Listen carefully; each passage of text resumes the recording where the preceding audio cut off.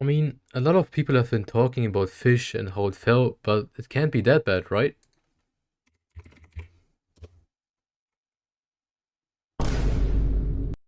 Okay, bro.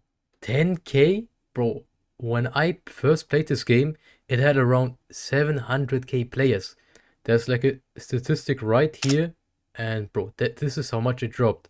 There's different reasons for this, and I'm going to explain to you why the game fell. And yeah, let's just go right into it. I mean, you probably all already know Fish. It's a really big game which has around 3 billion visits. It came out on October 5th, 2024, and heck, even I used to play it. It was all over the internet and many played it. The reason why it was also so successful was because it was kind of like gambling. I mean, you had to like interact in the game and fish. The only difference to these RNG games at the time, like Souls RNG and these other gambling games, were that you could like flex around your fish, actually grind the game, and you could play something instead of only gambling all the time. So it was a really refreshing game for the community of Roblox at the time, which made the game so popular. Now, a certain question arises when you think about Fish falling off so hard. Why? Why did Fish fall off?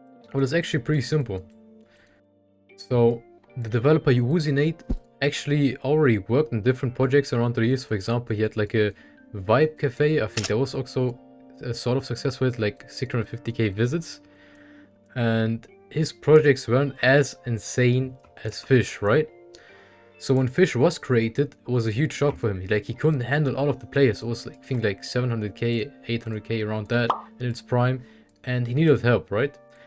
And he also sold this game to a studio which you probably already all know, Do Big Studios. Do Big Studios is a Roblox studio with many popular games, as you can see right here. So if Do Big Studios took over Fish, such a popular and famous studio, why did it fall off so hard? One of the reasons being is pay to win. What I mean by pay to win is, for example, you could double your server luck for Robux, or you could have these different bundles, 64 times luck for 1 hour. This is actually insane. You could just like buy your way through the game instead of actually grinding, and that's why so many players hated it. The players who genuinely just wanted to play the game. So just the fact that you could pay to win your way through the game messed up the game for many players, and that's why so many left. Now, many of you might say, why didn't Wuzinate interfere and do something about the pay to win aspect? So basically, they didn't completely buy off the game from him. They bought like most of it, and they took over the development completely, which means Wuzinate didn't have as much influence as he had when he basically made the game himself. And this led to these pay to win aspects. With the game being paid to win, and even big YouTubers like Holy Grail making videos about the fall off of this game, the player count would decrease more and more over time.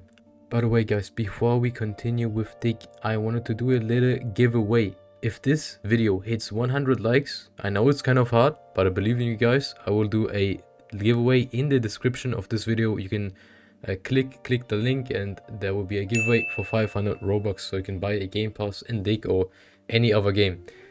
Anyways, let's just continue.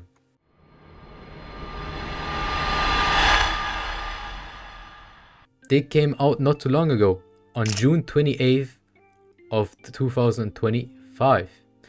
And with Wuzinate having more experience under his belt, this game was going to become a success. You know guys, I actually really like Dig. As a matter of fact, I love Dig. What do you mean by that? The release of Dig was a complete success. 100k players on release. And what was also really cool is that Wuzinate made live announcement on the first hour of the game, and was actually talking and listening to the community. I guess it's like a refreshing alternative to Fish, and it's something new, and Wuzinate did a good job. The community actually had a really positive response to this game, and he didn't really do anything wrong. Another positive point about Dig is that it's not pay to win. If you check the shop right here, I mean, you have like different things you can buy, but not really needed. You don't need Sell Anywhere, the Shovel Club, or the Double XP don't really get a lot of stuff with your levels. So these better game passes are really cool, but they're not necessary, unlike Fish. What's also really cool is that this time Wuzinate is not going to give this game to any studio. He's going to keep this project for himself and he's going to work on it. And what I also really like is that this game gets updates weekly. Yes, you heard me right, weekly. Which means every week there's a new update, and that keeps the community alive, you know what I mean? For example, in Deep Woken didn't die out for like 2 or 3 years because there were like updates weekly or every 4 to 5 days. Even if it's just like a small update, the community is gonna stay alive and like the updates. And if Wuzinate continues with this pace, the game is not going to die out as fast as Fisch. Now the last question, will Dig die out the same way Fisch did? I don't really think so. I mean, it might die out in like what, 3-4 months or 2 months. It will, like, the player count will decrease, I'm pretty sure. But if they keep updating the game, there will be a stable player base of around 20 to 30k, I'm pretty sure. So Dig is a pretty cool game, and I think it won't die out like Fisch because it's also not pay to win.